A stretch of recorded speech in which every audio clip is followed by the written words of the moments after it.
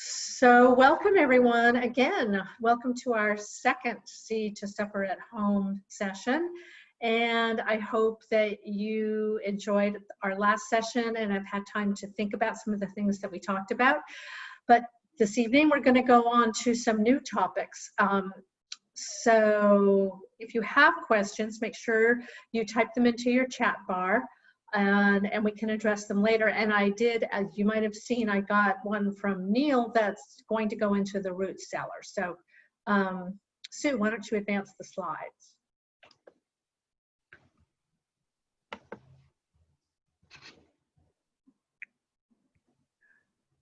So tonight we have different facilitators than we did on Tuesday, although Elizabeth and I are here again, and I will be your chat moderator, and Elizabeth will be your technical support person. And then our two instructors tonight are Sue Dominguez and Lynn Trimpey. So root cellar questions, let me just remind you that if you have questions as you type them into the chat bar, and if there's something that we're not going to be addressing in the class, then I will put them in the root cellar, and then I will find somebody to address your question and then present it at the next session. So hopefully I'll find somebody between now and Tuesday to talk about Neil's question about his trees in containers.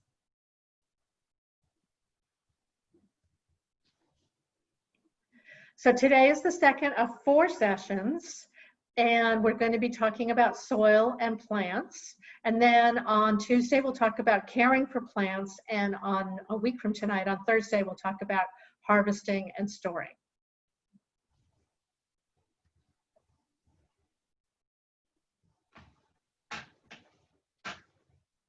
Today's topic is about building healthy soil and container soil. We talked a little bit about that on Tuesday, about how if you have container gardening, if you use container gardening, there are some real pluses and minuses, and one of them is the soil, that you have to be careful about what kind of soil you use. So Stu will talk about that, and we'll talk about compost and fertilizers and seeds, the difference between seeds and transplants and how you treat each of them differently.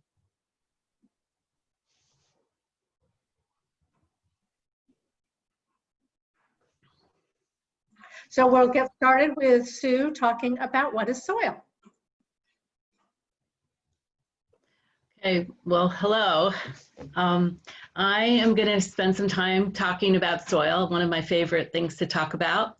And I wanted you to start thinking about what soil is and try to, come up with some ideas in your head of what soil is. You could write them in the chat box, but I'll give you a hint that it's not the kind of stuff that gets on your shoe and you bring it into your house and then you have to sweep it up and, throw it in the garbage. That's not what soil is. So think about what it is that soil is made up of. And I know there's some lag time, so I'll make sure you see this, but the answer is air, water, organic matter, and broken pieces of rock. And those broken pieces of rock are, what you see. That's mostly what you see in the organic matter too. But the air and the water is actually the space between those pieces of rock and that organic matter. So I don't know if anybody got that right. This is another example of what soil looks like. So like you see in the pie chart, that half of it is water and air, so half of it is just space, the other half is broken rock, and there's a little sliver there that's organic matter. And organic matter is anything that was once living and now decomposed, and usually it's decomposed at different levels in the soil. And it's a really small part of that soil, but it's really, really important. And that's, we get what we get as far as soil goes. Whatever soil is outside in your yard is what you have. And so what we can do is adjust that organic matter to improve our soil. If your soil looks like this, it's pretty poor. Like actually this time of year, after it being kind of dry for a while and kind of hot, if it's a lot of clay usually in it, it starts cracking like this. It gets dried out, and it's almost like concrete when you try to dig into it.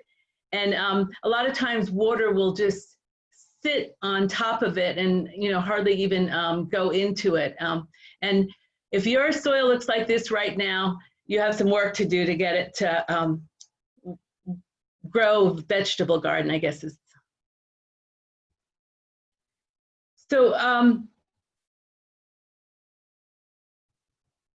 I wanted to talk a little bit about container gardening. I don't know how many people are actually growing gardens in containers, but one of the things that you have to think about is that potting soil is essential. You want to put potting soil in your containers, and that, and I think they talked about this a little bit last week, but there's not enough nutrients in your pot. Even if you put fertilizer when you start, there's not enough nutrients to last the entire season.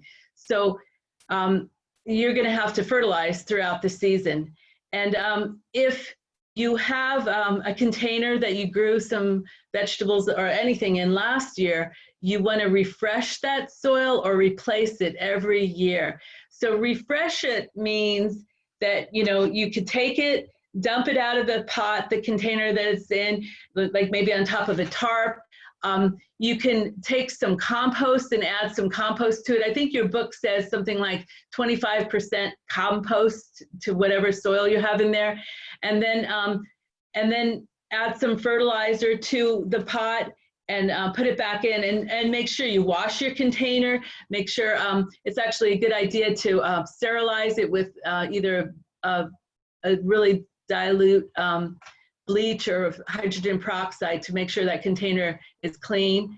And then, fill it up with the refreshed soil or brand new soil.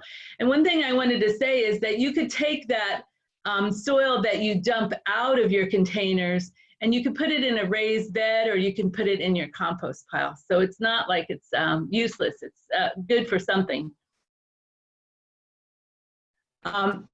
One thing that's very, very important, don't get your containers and go out to your backyard and dig out some soil and stick it in your container, because you will not be able to grow vegetables very healthy, or they won't be very healthy if you try to grow like that. This is a sample of actually 2 different potting soils, and that one on the left over there has lots and lots of bark pieces in it. And if you're reading a bag of potting soil and it says, the first ingredient says bark, then don't buy it. I used to go out and buy the cheapest bag of potting soil that I could find, and I would try to grow vegetables in it. And really, you have to invest in good potting soil. And the potting soil on the right side there is some stuff that I made myself. And you could take like a lot of cocoa fiber or peat moss that you buy in nurseries, or other stores, and you could mix it with compost.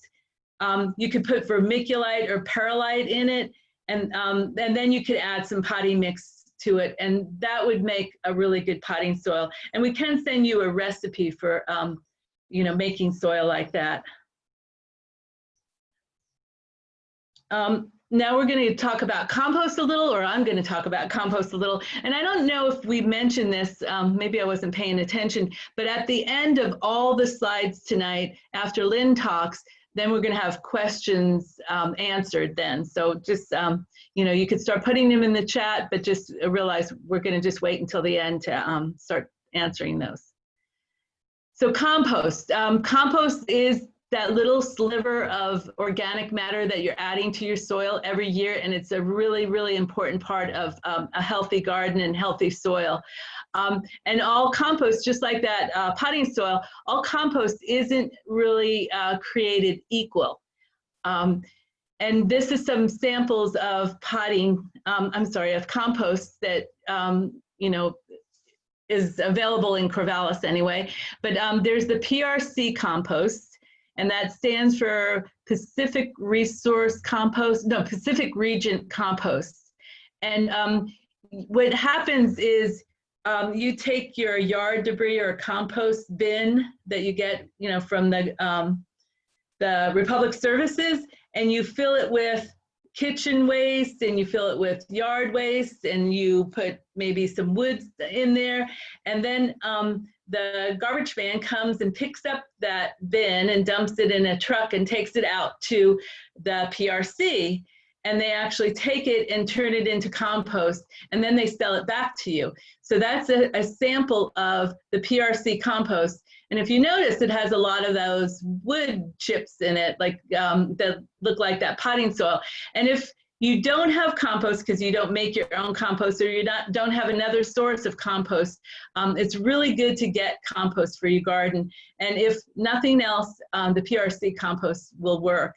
I know you can go to some of the local landscape supply places, and you can take a 5-gallon bucket, and you could fill it yourself for like $2.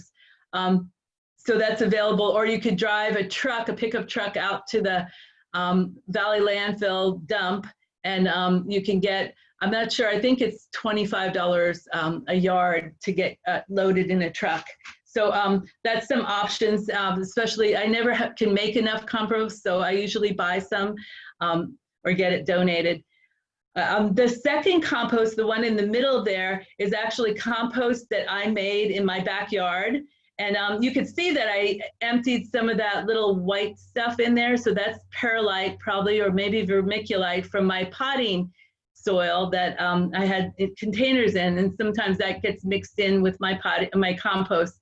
But that's a lot nicer compost than the PRC compost. So if you want to have nice compost, try making it yourself, and I'm going to talk about that a little bit. Another way to do compost is to have worm compost, and out of all these three, the worm compost is by far the best. It has the most nutrients in it. It's really nice stuff, and really you don't have to do much work. The worms do the work for you. And we might be able to provide a brochure or like a publication about worm compost. So how do you make compost, or what do you do? What's it all about? So the chart on the right talks about what you put in your compost pile, and there's either brown layers or there's green layers. And the brown layers are high in carbon. And a lot of times, most of the time, brown layers are brown in color. So there's some examples there: dry leaves, straw, sawdust, torn paper bags, dry corn husks, and shredded newspaper. Those are all high in carbon, and all those things could go in your compost pile. The green layers are sometimes green, like maybe grass clippings are green or garden waste is green, but it doesn't have to be green, but it is high in nitrogen. And usually those green layers are wetter than the carbon layers that are kind of tend to be drier. I'm sorry. So there's some examples. There's garden waste, there's kitchen scraps, there's coffee grounds, grass clippings, but make sure those grass clippings don't have something like weed and feed in them, because you don't want that in a vegetable garden. Grass clippings are really good. If those grass clippings dry out, they kind of turn into a brown layer. So, you know, when they're green and fresh just off your lawn, then they're really high in nitrogen. Pet hair is in that category. And also human hair, it could be composted and really high in nitrogen. And then composted manure. What you do not want to put in your backyard compost is meat and dairy and bones. And part of the reason for that is that you would attract a lot of animals. Meat, dairy, and bones will compost, and you could put them in your yard debris container, but it's not really a good thing if you want to have a lot of animals showing up in your backyard to dig in your compost. It says don't put diseased plants in there. It says not to put weeds, but for sure don't put invasive weeds. Don't put blackberry bushes in there. I'm sorry, I'm coughing. Don't put things that have seed heads in them, like, dandelion flowers in there. You just don't want to deal with the weeds. And you can put those in the yard debris. Do not put poop from animals or people in your compost pile. So the way you build a compost pile is you add browns and greens and alternate those layers, like 6-inch layers of browns and greens, just over and over and over again, and water as you go. So you have a layer of, so you just cut your grass, you put the grass clippings in, and then you put a layer of straw in there.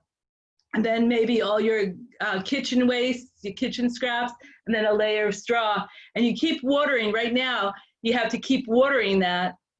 And you build that pile till it's 3 feet high. And then you let it sit for a week or two, and then you turn it. I am sorry, I have something in my throat. This is my compost from, I think I took this picture on Monday. So I was digging up a lot of cover crop that was in my garden, and I was putting it, this pile is already probably about 4 feet high. And I put a big layer of greens on top of this pile. And then, so that's all the grassy looking stuff is cover crop. And up on top of that was a whole bunch of spinach roots and stems from cutting leaves from spinach on top of that. So that was my 6-inch layer of greens. The next layer, so this is on top of that layer that I just put on. That's a bale of straw that I went and bought because I don't have a big pile of leaves or other things that are browns right now, but I could buy bales of straw and spread some straw on that, and it's about a 6-inch layer of straw. And then what I will do with this this pile is add a little bit of chicken manure, because I just got a whole bunch of chicken manure, and it's really nice and composted, but it'll kind of heat up this pile quite a bit, added some more nitrogen to it. And it definitely needs some water, because I could tell how dry that straw is. And adding water, you want to add it like layer by layer. You should be adding it, especially those dry brown layers. And you want to be able to squeeze the compost, and it should be like a wrung out sponge. So here's some man that built these, I don't know if he did it, but anyway, there's some bins here. And this is a way to do a compost bin. These were made out of pallets.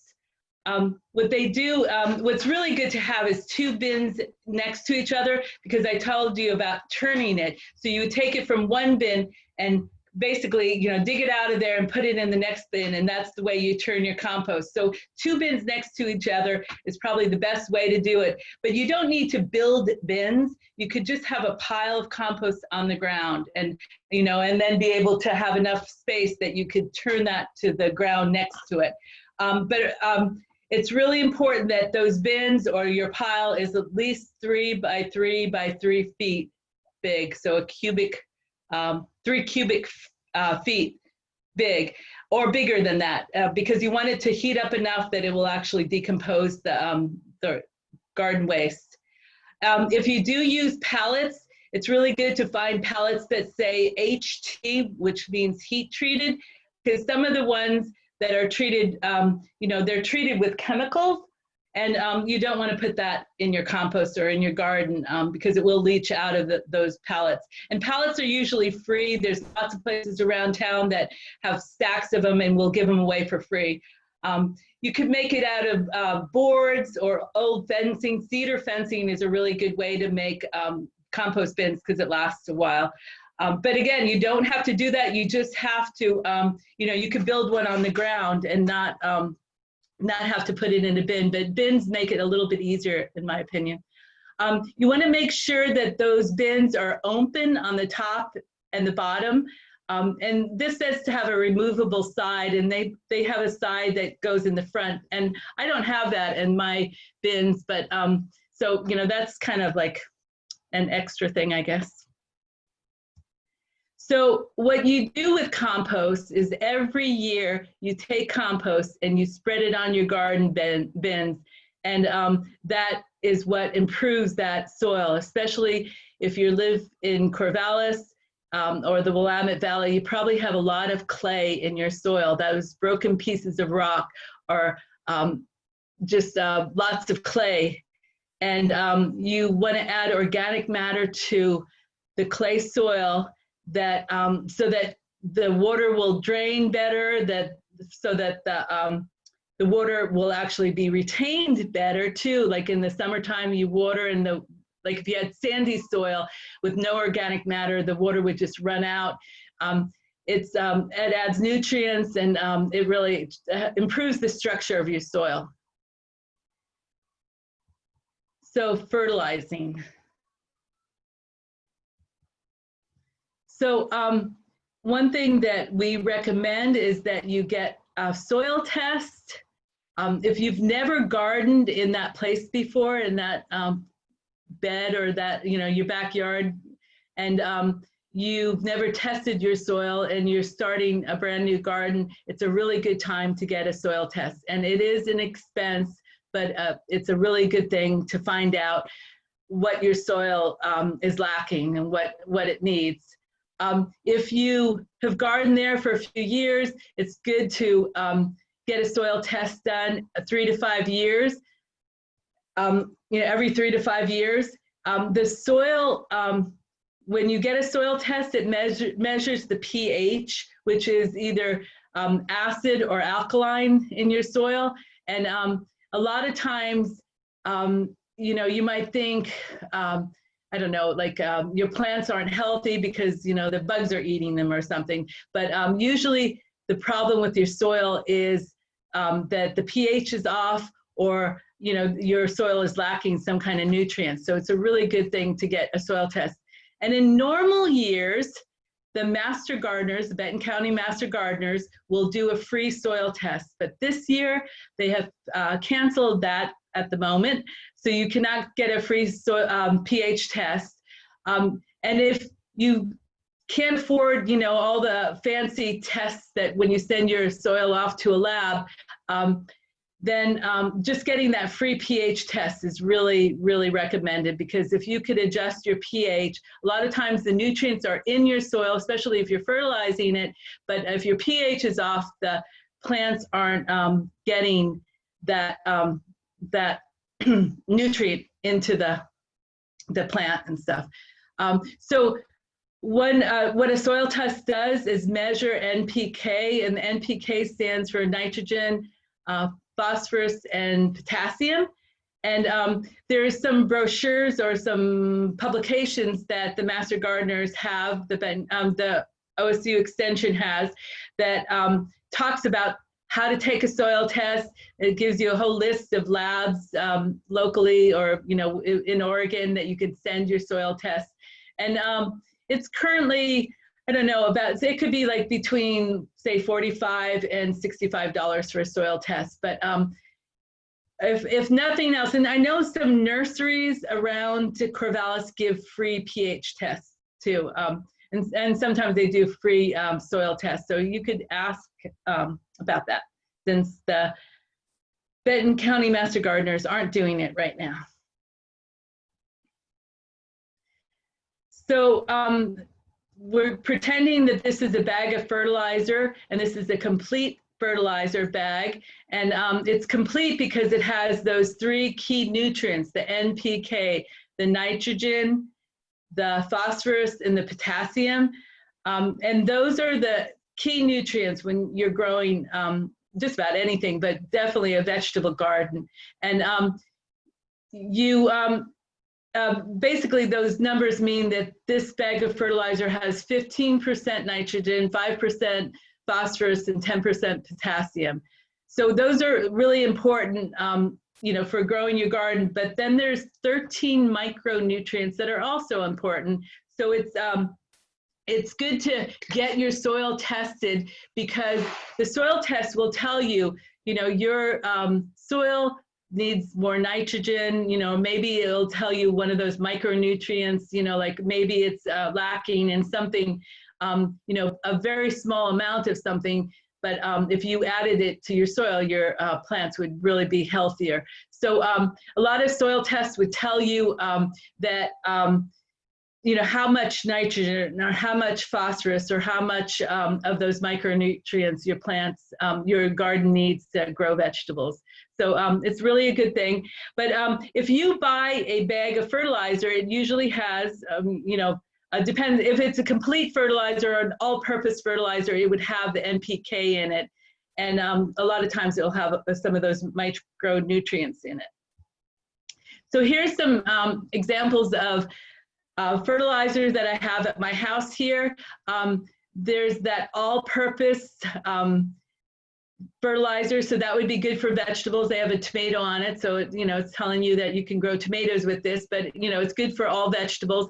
And there's an NPK of 462, and it's still, you know, like a complete fertilizer, but those NPK numbers are really pretty low, and it's because that's an organic box of fertilizer. And so, you know, just know that, you know, the boxes say different things. That synthetic bag of fertilizer has way higher nutrients, and it's actually way cheaper to buy a bag like that, you know, because it has, you would use a lot less and spend a lot less. But if you want to grow an organic garden, this is what you should be looking for. The fertilizer on the right side is a liquid fertilizer, so that's actually a bottle, and it's a fish fertilizer, and it would be a really good thing. So if you were growing those containers again, you know, you could put, you read the boxes and the bottles of what they say, but you know, an example would be you put a half a cup of the all-purpose powder fertilizer in the bottom of a container, and you mixed it in, and you plant your plant in there, and then next week and every week for the whole summer, you take the liquid fish fertilizer and read the instructions. It says something like put you know, 2 tablespoons per gallon in some water, and then you water your container garden with that. So that's the way you would use fertilizer. But the boxes or bags or bottles will tell you instructions on how you use fertilizer. And also the territorial seed catalog tells you a lot of instructions on using fertilizer, and you know, and tells you how much of an all-purpose fertilizer you would use, and or how many other fertilizers, you know, your plants need. So it's a good source to tell you that. And if you haven't gotten it already, you will get this in the mail. So if you're gonna apply fertilizer, what you would do is, there's 4 different ways that you could apply the fertilizer. Broadcasting is when you take it and, you know, maybe the fertilizer says you need a pound for every 100 square feet. So you would take a pound of fertilizer and you would basically sprinkle it over your garden, you know, all over your garden. I don't usually do that because it's kind of a waste in my opinion. I either band it or side dress it or do it in the hole. So banding would be, you know, maybe you dig a trench and you put the, like the fertilizer might say, use a cup for every 5 feet. So, you know, you take a 5-foot section of your garden that you're going to plant some seeds, and you make a trench and you put that cup in that trench, and then you could mix it in, and then you could plant your seeds either on top of it if it's, you know, deep enough, or, you know, alongside something like that.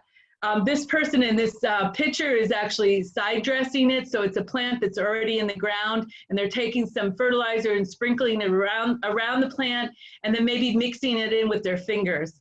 Another way to do it is in the hole, and actually I think Lynn is going to demo that, so we'll talk about that more.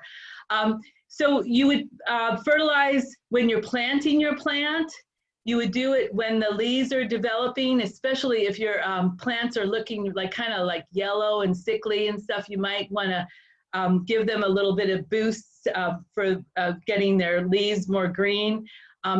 Sometimes you want to add some fertilizer when your flowers are developing. You know, maybe you're growing tomatoes and the flowers are starting to you know, come on. You might give it a little boost of fertilizer, even a liquid fertilizer at that point. And then fruit development, that would be another time that you would add fertilizer. There's advantages and disadvantages of both organic and synthetic fertilizers. And one thing I said before is that synthetic fertilizers are, you know, basically cheaper. You know, they definitely are cheaper, and they feed the plant. They actually give the plant the nutrients that they need. You know, so you know, there's advantages to that. And if you look at the organic fertilizer, what you're doing with that is you're feeding the soil. And a lot of organic fertilizers are made up of organic matter, like, you know, things like maybe alfalfa or different, you know, minerals or things. And you're adding organic matter to the soil by using organic fertilizers. And eventually your roots and your plants gonna be fed just, you know, with those plant nutrients, just like the synthetic fertilizer. But the organic fertilizers will actually feed the soil. And really feeding the soil is probably you know, good for your soil in the long run, and good for your plants too. So there's advantages of one or the other. And it's an investment for sure to buy organic fertilizers.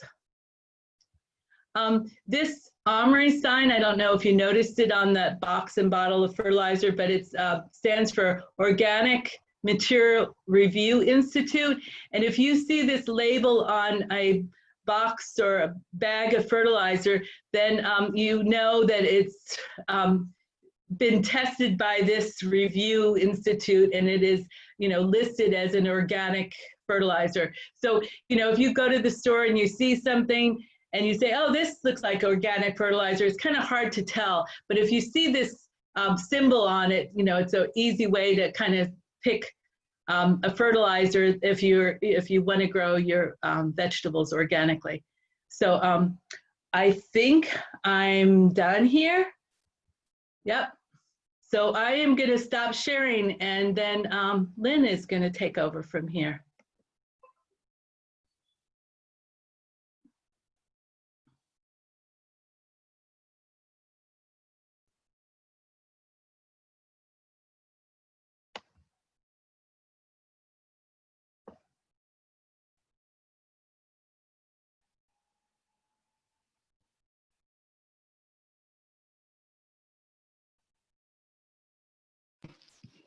I'm going to talk about actually planting your garden.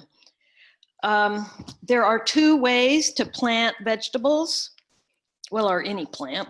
You can plant seeds, direct seed in the ground, or you can buy transplants. And what you use depends on what kind of crop you're growing. There are some advantages to seeds. Buying a seed packet is usually less expensive than buying a 6-pack of starts. They often come in a 6-pack. They call them starts, just like it means transplants. There are certainly way more varieties available in seeds than in transplants. The local nursery or wherever you're buying your, say, lettuce, will have maybe 4 kinds of lettuce to choose from. But if you look in Territorial Seeds or on the seed rack at a nursery or somewhere, you'll see lots of varieties of lettuce that you could buy. So you have more to choose from. Another advantage to seeds is many of them last for more than 1 year. So you get a lot of bang for your buck. If you can use seeds for 3 years, you get that much use out of that $3 that you spent on your package of seeds. What was I going to say? Oh, you don't always use, you often don't always use all of your seeds. For example, if you buy a package of seeds for zucchini, believe me, you're not going to plant all those seeds. You don't want that many zucchini. So save it and use it the next year.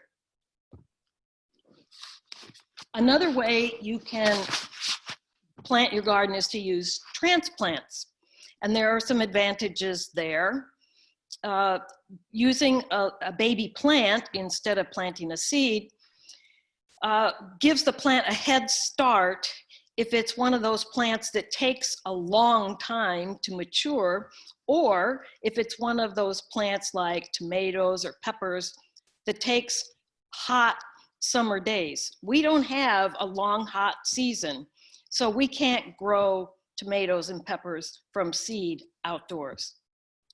Another helpful thing about transplants is they're better able to compete with weeds. If you plant in your nice soil and you plant a transplant, you know, it's this big, and the little tiny weeds that come up are much smaller, and so the larger transplant will have an advantage. So how do you know which ones to direct seed and which ones to use transplants for?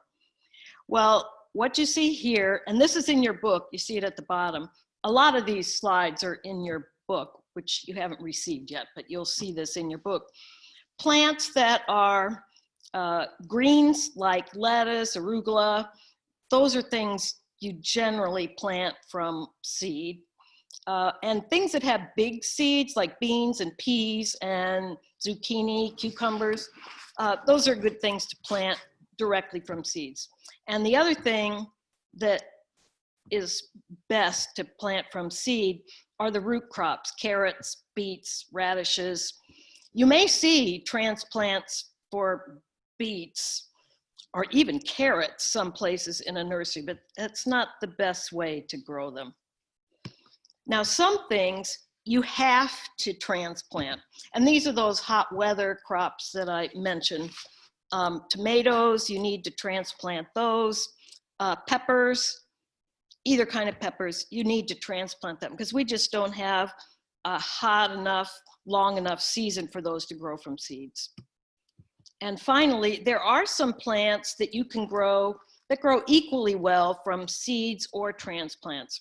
And things like broccoli, cauliflower, cabbage, kale, things in what they call the cabbage family, those do best by transplant. Things in the beet family, like beets, not beets, I'm sorry, in the beet family, like chard and spinach, those do equally well with seeds or transplant. Did I say that the cabbage family has to be transplants? I didn't mean to say that. You can grow those from seeds. That's where we are, on seeds or transplant. Onions are another one that you can plant either way. You can buy onion starts, or you can plant seed. Some herbs can be grown either way. Probably more people plant basil from starts than from seed, but it grows just fine from seed. So you have some choices on the ones on the bottom. The ones at the top, those are probably the better way to grow them. So we're going to talk about the two ways to start the garden. And we'll start with direct seeding, meaning putting the seed right in the ground. So the first thing you have to do is buy seeds. And every seed packet has tons of information on it about how to plant this crop. So here's one for tomatoes. And you see on the on the front of the package, it says 60 days. So that means how long it would take from seed to mature. It also says, and this is unique to tomatoes, but it's helpful for those of you who might be growing in containers, that it says here, this particular variety of tomato is a determinant. And that means that it will grow to a certain size and then stop. So it's smaller, it will stay smaller than a tomato plant that is indeterminate. Indeterminate is what it sounds like. The size is indeterminate. It keeps growing and growing and growing and growing all summer. So that's probably too big for your container. Okay, other things that you see here, and it doesn't look the same on every seed packet, but you'll find this general information. It tells you how deep to plant the seed, what temperature of the soil is best for the seed to germinate, how many days it takes for the seed to come up. Now, you're not going to be planting tomatoes from seed, but this is an example packet. It'll tell you what kind of light is required, how much sun is required, and a lot of them require full sun. Remember last week they told you you want at least 6 hours of sun. And then it tells you how far apart. You've seen the chart for a footprint, but you'll also see information on the package of how far apart you should plant your plants. On this back also, it says, if you were going to start your seed indoors, you'd want to start it 6 weeks before the average last frost date. Remember, I think it was Jennifer told you last week that in Corvallis, the average last frost date is April 23rd. That means that about half of the years, the last frost occurs on or before April 23rd. That's only half, so it doesn't mean there won't be any frost after that, but that's what average last frost date means. And notice it says sowing outdoors, not recommended, because this is a territorial seed company, seed. They are in Cottage Grove, Oregon, so they know for Oregon that seeds won't work for tomatoes. It also says down here, and this isn't on every package, but it often is, usual seed life is 3 years. So if you didn't use all your seeds in this packet, you could save them for 3 years and still use them. So what if you don't use all your seeds? You want to save them for the next year. You want to pack them in a box of some kind or in jars, and you want to keep them in a cool, dark place. I'll show you what I use. See how I can do this with the computer.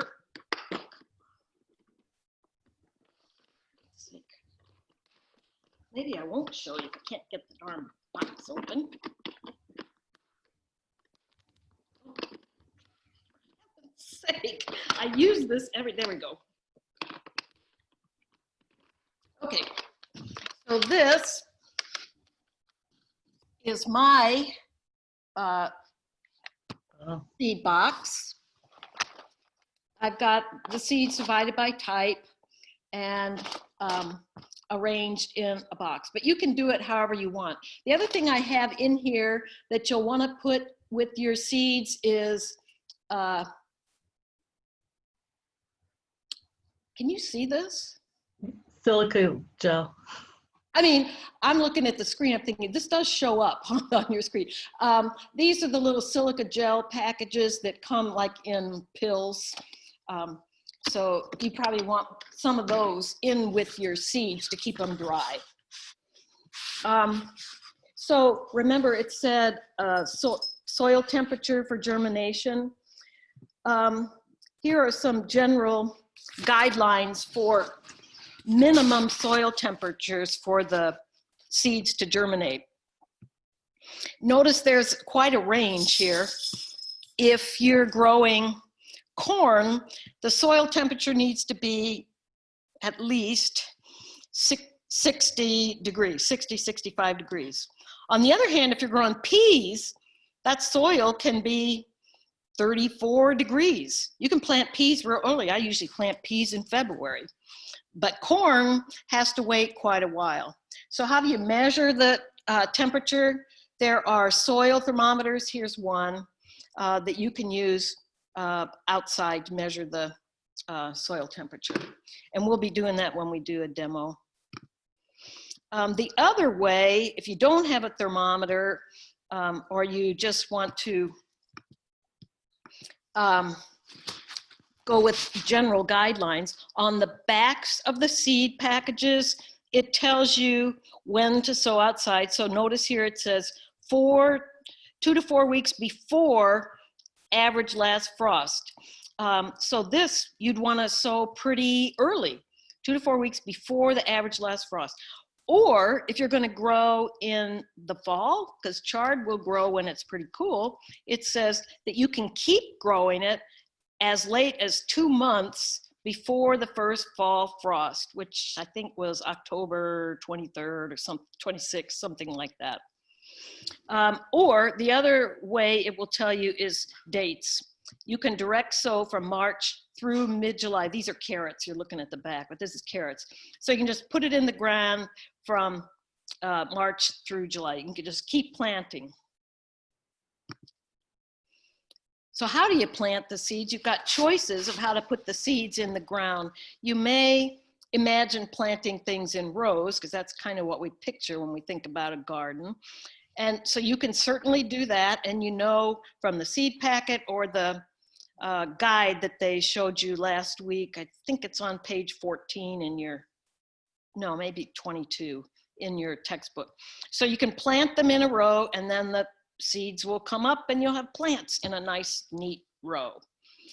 If they're small seeds and things like carrots or lettuce, another way to grow is to mark out an area and then just sort of sprinkle seeds in there. They call this band planting. Sprinkle seeds in there, and then you're going to have this mass of plants that comes up. And that's fine for something like lettuce. You just thin it out, and with lettuce, you can often eat those thinnings that you pull out. And likewise with beets or carrots, you just thin it so that eventually there's the right amount of space between the plants. And then the last kind is for plants that are either big or sprawling, like squash. Zucchini, you can buy a bush zucchini and it kind of looks like this. It makes a big bush. So you're going to need 36 by 36 for it. So you could plant a few seeds in a little clump here and they'll sprout. You probably won't keep all of these. You'll pinch off some of the weaker ones and keep one, maybe two, and you'll have this nice bushy thing here. Or if it's a plant like, I don't know, cantaloupe or cucumbers that's viney, those vines will just kind of spread all over. And so you need a big space between the two hills. So those are some things you could plant in hills. How deep you plant them, well, you noticed already it said on the package, but it depends on how big the seeds are. I took these out of my seed bin over there, and you can see there's a wide variety of sizes. Look how tiny broccoli is, and there's spinach, much bigger. You usually plant the seed about 3 times the longest dimension of the seed. So here's zucchini. There's the longest dimension, but basil has a little teeny tiny seed. Well, if you don't want to be measuring, you can just look on the seed packet. It'll tell you how deep to plant, but that's the general rule. When you plant seeds, you need to label what you planted and where you planted it, because once it's planted, all the soil looks alike. You don't know where things are going to come up, and you don't know what's going to come up, because when seeds sprout, those little baby seedlings kind of all look alike at first. So it's always a good idea to label whatever you've planted and where you planted it. And you don't have to go out to the nursery or any place and buy fancy labels. You can make nice labels like were made here just by cutting up a yogurt container. That's what was used here.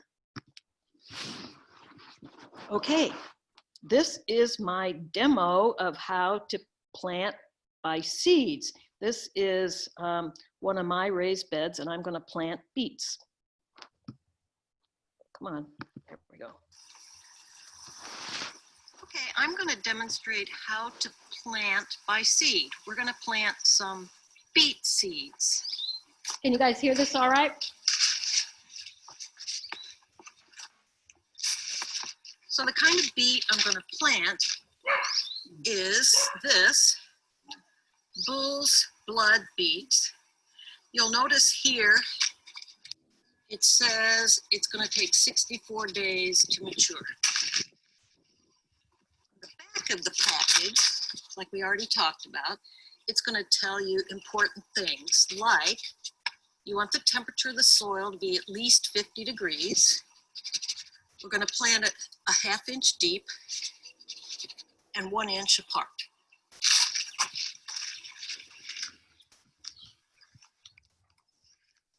Another resource that's really helpful is the Territorial Seed Catalog. And you'll be getting one of these in the mail with your textbook.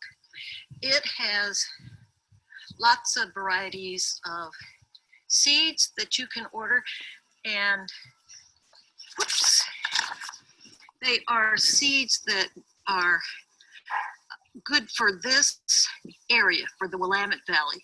Territorial Seeds is located in Cottage Grove, so they only list things that will grow well here. Besides listing different kinds of seeds, they also give good information about each crop.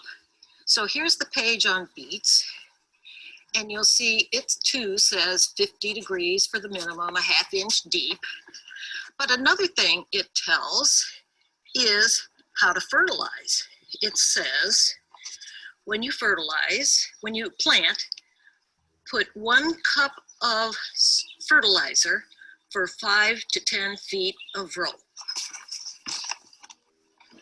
So that's what we'll do.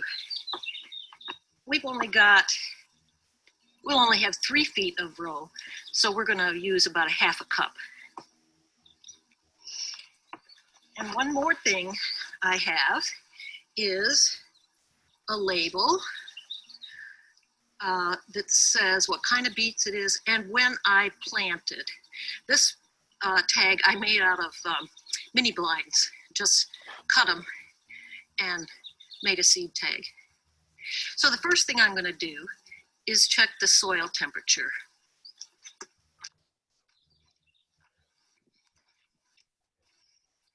I've got the thermometer in the soil already.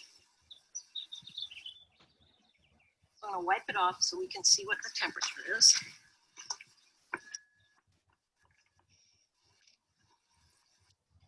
And I hope you can see this. It says the temperature is about 60 degrees. So that's just right. We want at least 50 and between 50 and 70. So here we go. We're going to do some planting.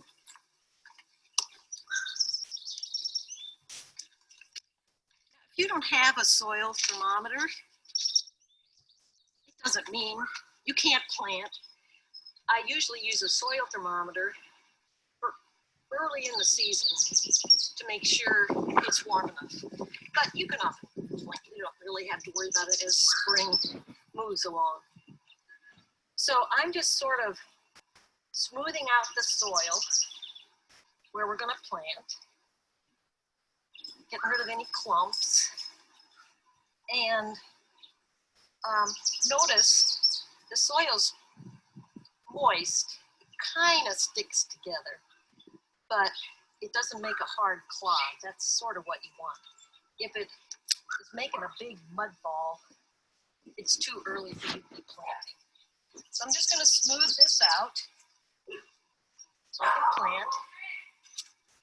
And it said ½ inch deep. So I'm going to use my finger and make a little trench here. And it says to add ½ cup. Well, that's what I decided was right.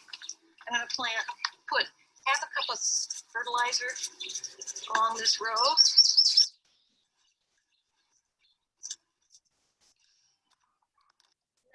I usually kind of work it in,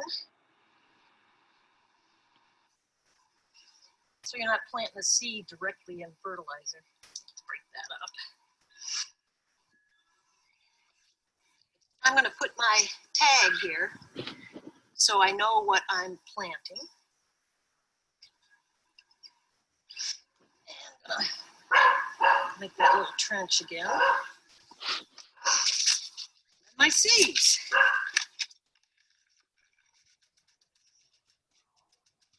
I do this bare-handed without using gloves because I want to be able to feel the seeds, but you don't want to get your hands dirty. Don't worry about it. So I'm planting these an inch apart, as it said on the package. Sometimes I get two. It's hard to do just one. I have to move around to the other side. And that's okay.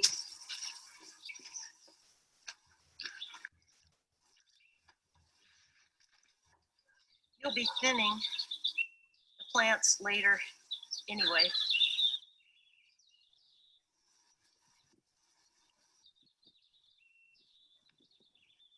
I forgot how far I got. I think that's it.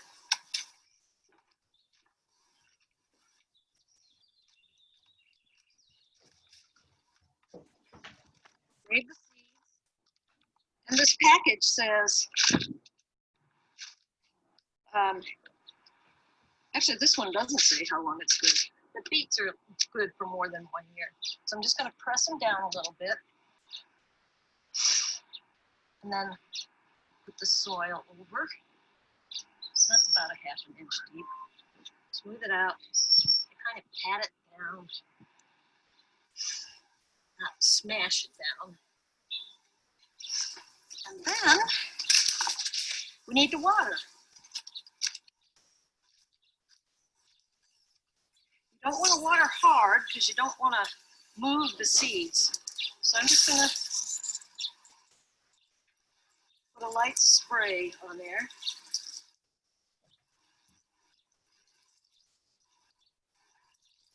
You want to water well. And you're going to want to keep these watered regularly until the seeds sprout. If you let the seeds dry out, the roots will dry up and the baby plants will die. So that's it. We got beets.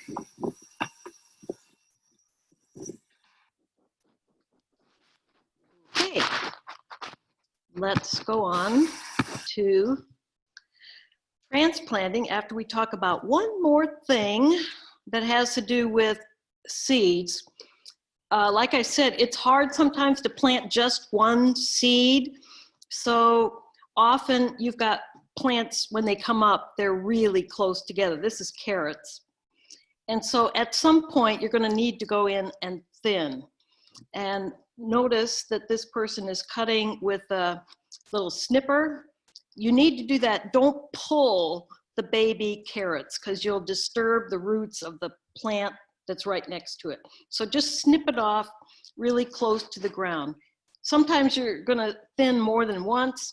You go through and do a quick thinning, then let the plants get a little bigger, and eventually you'll have them thinned to what the footprint was on that sheet that Jennifer showed you last week. You know, for carrots, I don't know, 2 inches apart maybe. So then there's transplanting, the other option for planting. And one of the main plants that we transplant is tomatoes. And here are 2 transplants, 2 starts for tomatoes. And you may be surprised that this one says no and this one says yes, whereas this one is bigger one. But a couple of things to notice. One is the roots down here. It's root bound. We call it root bound because the plant's been in the pot for too long and the roots didn't have anywhere to grow. So they grew along the bottom and then they start growing up the side. So there's just too many roots down there. Whereas over here, there aren't many roots. Also, this plant is a little skinnier. The stem isn't as sturdy as this one. So this is If I were choosing, this is the one that I would pick rather than the one on the left. When you plant them, remember that footprint and plant the plants as far apart as they're supposed to be. Like for tomatoes, you want 36 inches. You can cut it down a little bit, but the plants are going to look little when you stick them in the ground. Still plant them that far apart because they're going to get big. And if they're too crowded, the leaves will overlap. There won't be good airflow. You could get diseases. You could get mildew. You could get a fungus. You need there to be nice airflow and sun on the tomatoes. If they're too close, they're going to shade each other. So be sure and plant them far enough apart. And now I'm going to do a demo of planting a tomato. Okay, now we're going to try transplants. We're going to transplant 1 tomato and 1 cabbage. So here we go. This is the cabbage.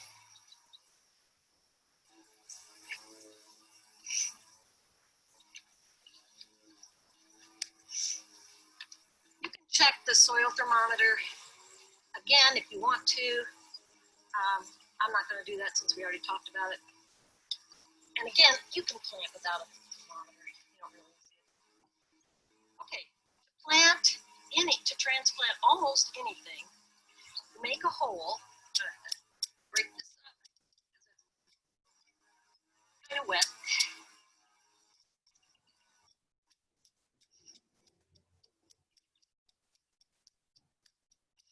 Make yourself a hole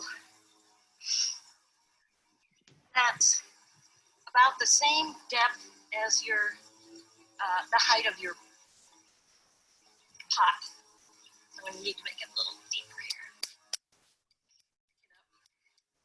Let's kill the worm.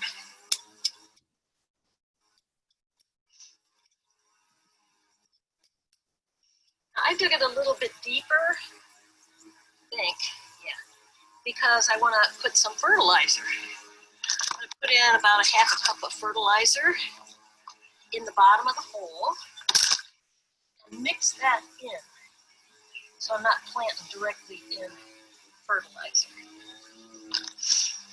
Then you plant your plant. I'm going to pick off these lower leaves. And I watered the plant. You can see it's really wet. I watered the plant before I put it in the ground. Then just the soil around it, pack it down, and we are good. Now I bought this in town, and it comes with a label. So you don't have to make one. It's already got a label. So that's how you transplant pretty much anything. We're going to need to water, but I'm going to wait till I transplant the tomato. Now tomatoes are very different. They're the one plant you plant differently. Here's my tomato, big,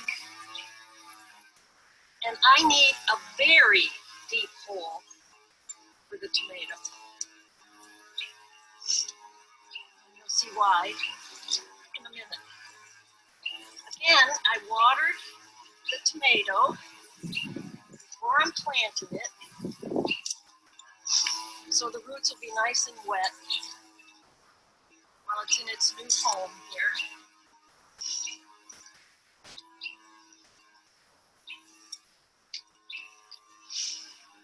Okay, I think that's probably deep enough.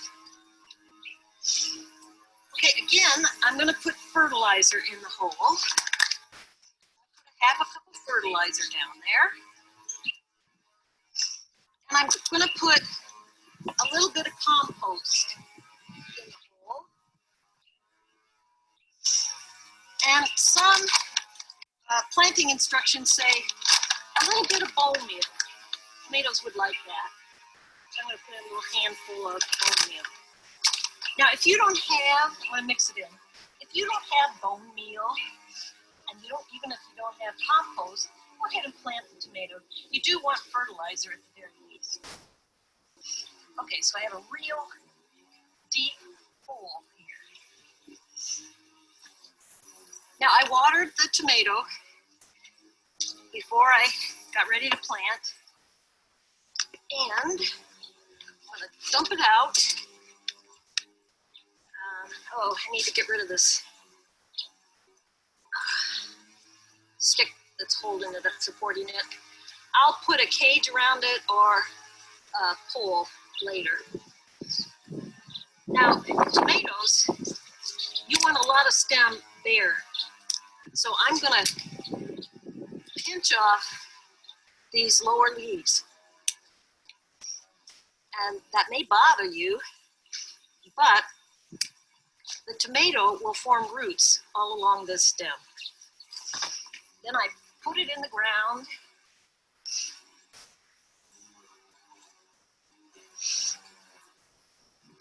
And put the soil back in.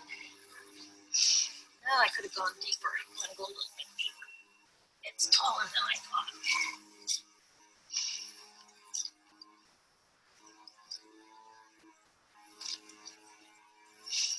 Okay, that's better. Now more of the stem is underground. Now this plant, I don't have a label for. I got it cheap by Mark because it didn't have a label. And for demonstration, I don't care if it has a label. Now, I could actually have planted it deeper yet, up to here. And if you don't have a deep enough hole to plant the tomato, I guess I could have shown you this before I planted it. You can actually lay the tomato down horizontally, make a trench like this, and lay the stem there, and very gently turn those top leaves up. So that will allow you to plant a tomato plant if you don't have a deep bed or a deep garden. Now again, I could have planted it, like this deep. So only that much is sticking out. I just didn't dig quite deep enough hole. And I'm not going to dig it up again. Okay, you need to water.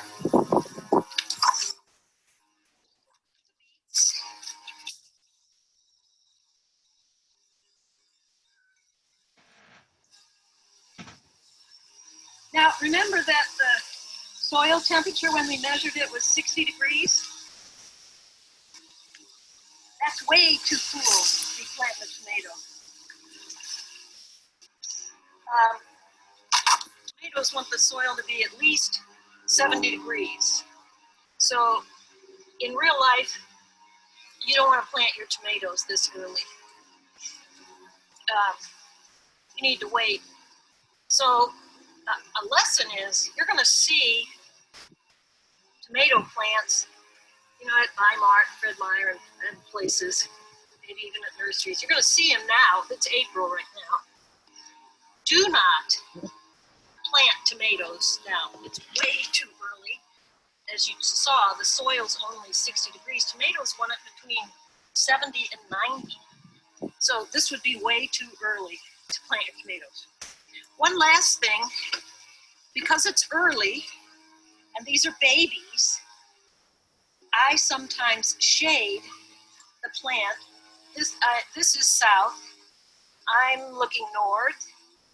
So I sometimes put some kind of a shade. I use shingles in front of the plant. So when the sun is beating on it, it's not going to wilt it and hurt it. So that's it. That's tomatoes.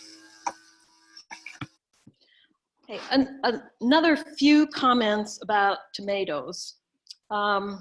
First of all, if you're growing in a container, the directions, the way to plant seeds or transplants is the same. You'd plant them the same depth and so forth. And so for a tomato, the kind of container you'd want is something like the bucket you see back there. I meant to talk about it when I was making the video. A 5-gallon bucket is a good size for one tomato. You'd want a determinate tomato, and you'd want to punch holes in the bottom of the bucket, but that's about the right size. And the other thing I would say it relates to temperature. I said April is too early because the soil isn't quite warm enough. 70 degrees would be better. But another thing that you need to be aware of for tomatoes is that equally important is the air temperature at night. That's one of the reasons you don't want to plant yet. Tomatoes don't do well if the night temperatures are dropping below 45 degrees. The plant may survive, but blossoms may drop and it may not produce fruit the way it would otherwise if it weren't stressed by cold temperatures at night. If you've planted your tomatoes, it's usually May when we plant tomatoes. If you've planted your tomatoes and sometimes there's a cold front coming in, you can cover them. You can use remay or something to cover them. That's just lightweight, like interfacing fabric. Or another thing that I use is milk jug, cut the bottom off, leave the lid, and just put that over your plant, and be sure and close the lid at night if it's going to be cold. In the daytime, take the lid off and let the heat come out of it. I think we're ready for questions. So first, Judith can answer. I'll stop sharing. Oh, no, I won't, because I need to come back to this. Judith may have questions to answer from the chat, and Sue and I and other master gardeners can take questions in general that you have about anything we talked about. Then we'll save about 5 minutes at the end to talk about garden plans if you started working on those. Okay, great. Thank you, Lynn. And can you hear me? Yes. Okay, good. I have 4 questions to start with. The first one is, do raised beds count as containers? Should we refresh the soil in raised beds? I think that's a good question. I can answer that. It depends on a raised bed. Like, I'm assuming you're talking about a raised bed with no bottom in it, because that would be a raised bed. If it had a bottom to it, like a wooden bottom to it, or maybe you have something like what are those those galvanized tanks, like water tanks, stock tanks, that has a bottom in it. So if it's a real true raised bed that just has sides and it's built on top of the soil, then you do not have to refresh the soil. You should add compost every year to a raised bed. And sometimes raised beds kind of settle down, so it's good to kind of top them off. Yeah, so you don't have to refresh the soil. It's only in a contained bed that you would need to refresh the soil or replace the soil. Okay. The next question is, what does composted manure mean? Again, I'll take that question. A composted manure would be not a fresh manure. So it's something that usually sits for about a year and decomposes, and it usually doesn't smell like manure anymore. It gets black. It looks like nice black soil, and it is composted or decomposed manure. So usually when you buy a bag of manure, like you go to a store and buy, chicken manure or cow manure or whatever in a bag, it's already been composted. So it's when you go to a farm and get some manure, if you're mucking out a stall of some kind of animal and, loading up your truck, then that's fresh manure. That is not composted. But if the farmer has a pile of manure that's been sitting there for a year, and you're digging that and, and hauling that away for your garden, that's composted manure. So usually it's about a year, and it's better to use composted manure, you know, for disease purposes and stuff, you know, human transmitted or, you know, animal transmitted diseases to humans. So manure is a really good source of organic matter, but it definitely should be composted when you're using it. Okay, and next one is it good to use composters that turn? Again, I'll answer that because the first part of the thing. And Lynn, if you have things to add to this, or other master gardeners, you know, feel free to jump in here. But I've had you know, different kinds of composters.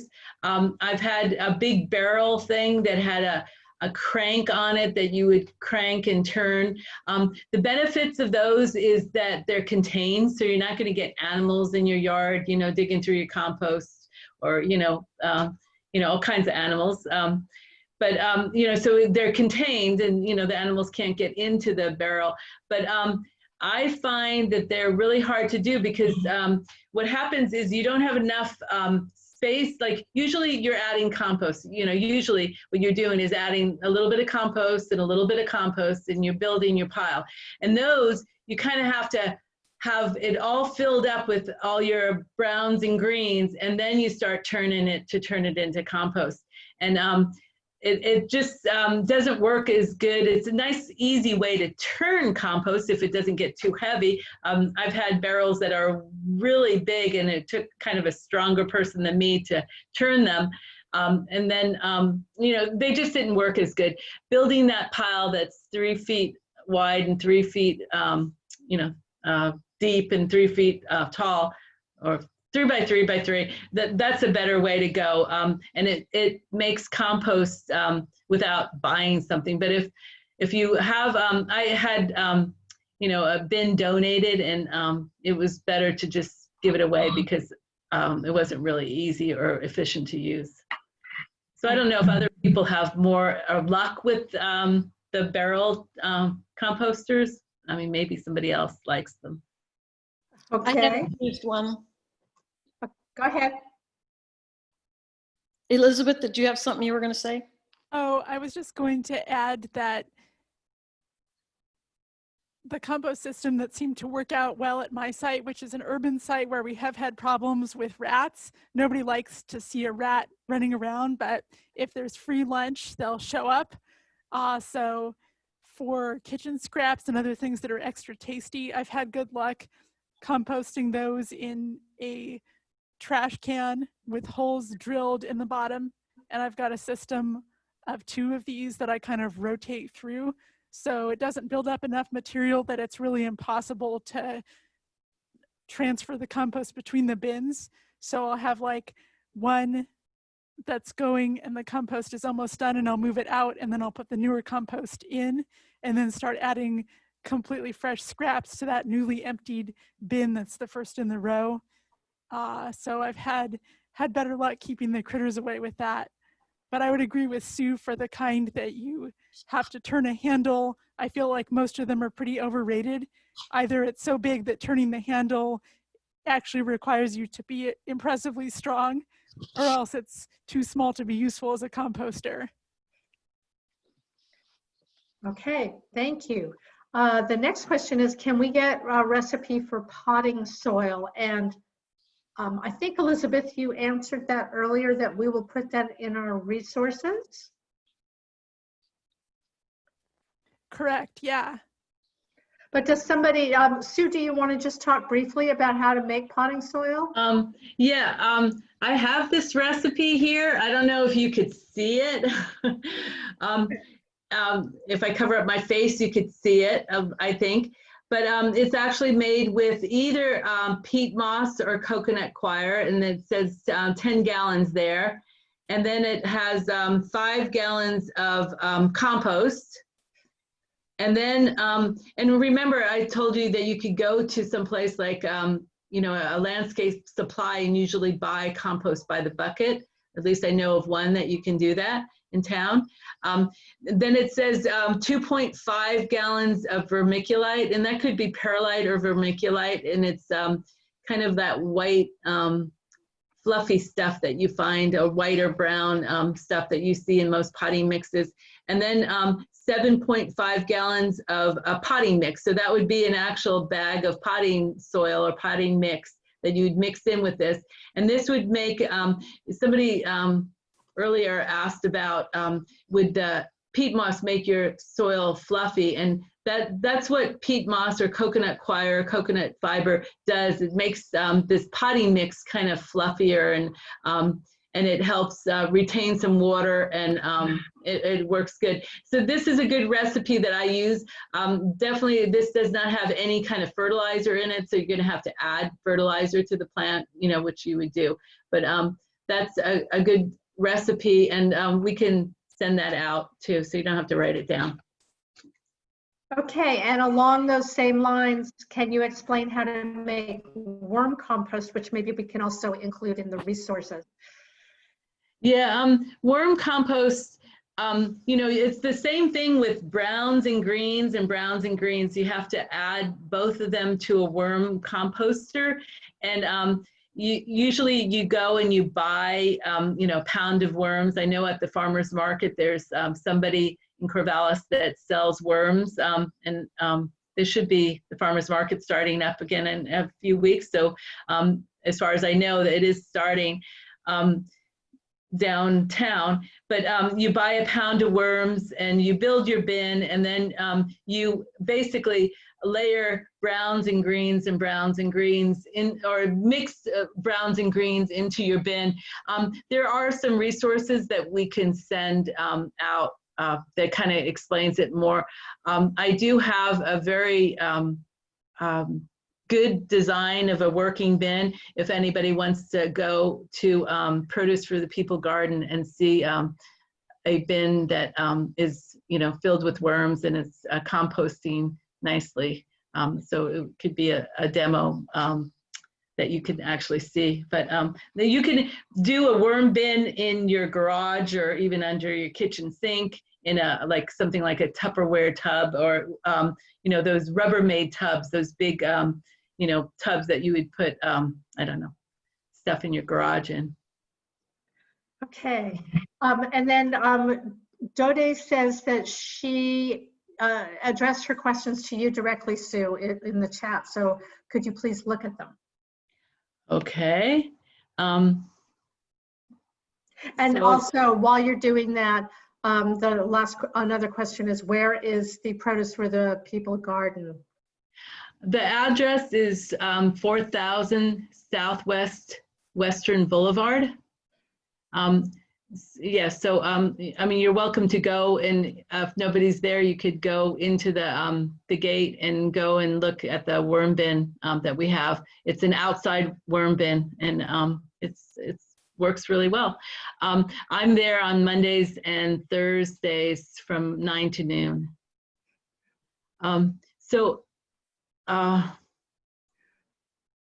So how do I look at just because all the chats I see there for everyone, I think? Oh, you don't see any chats just for you. So maybe, Dode, do you want to unmute yourself and then just ask Sue the questions?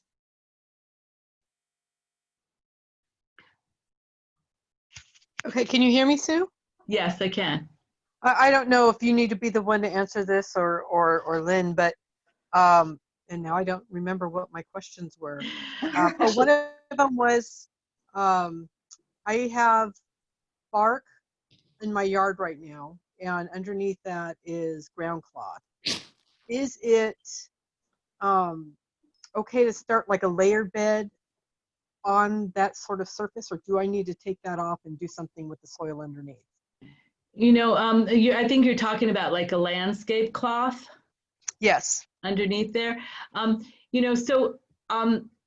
Landscape cloths, like if you're planning to build a garden, in the ground, those landscape cloths kind of get in the way. So, it would be better to get rid of that.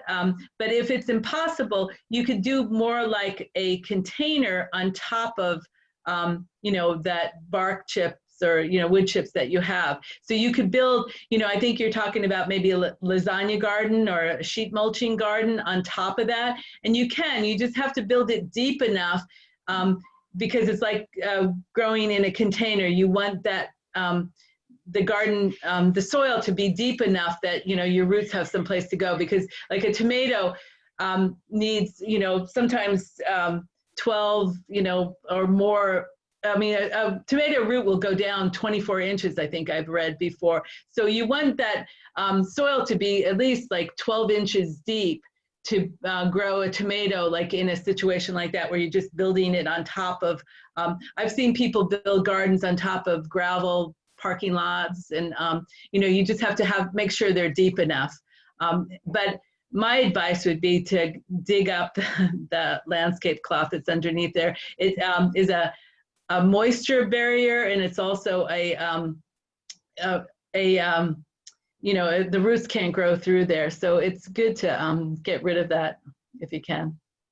Okay, thank you. And my other question was, I have stuff from, I mean, it's been in my shed for years, like bone meal, probably some fertilizer, maybe some fish fertilizer or something. Is that stuff still good, or do I need to throw it out, or what?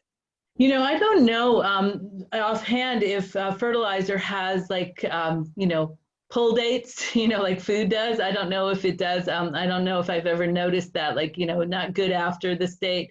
But, you know, my advice would be to try to use it. And if your plants look like they're struggling to be healthy, maybe you should go out and buy some new stuff. I don't know if somebody else has better advice than that, but yeah. Good advice. Can I add something? This is Sheikah. I actually just looked up that information because I was going through my shed and found some old fertilizer and was like, oh, can I use this? I don't know if I can. And I looked it up and it said it's actually fine. They don't, they last for years and years. Oh, awesome. Great. Thank you both. Good. Okay, everybody. So Elizabeth has put up the Facebook page for Produce for the People, so on the chat, so you guys can check that out if you like and get more information about it. And we will be meeting again next Tuesday. And so you'll hopefully before then be getting your information in the mail with your books and your seed catalogs and other information. And so look through your book and see the information about garden planning that we talked about on Tuesday. And if you haven't done it yet, put together at least a rudimentary garden plan, and we can talk about them briefly on Tuesday. So our next session will be caring for plants, and we'll talk about watering, weeding, pests, and diseases.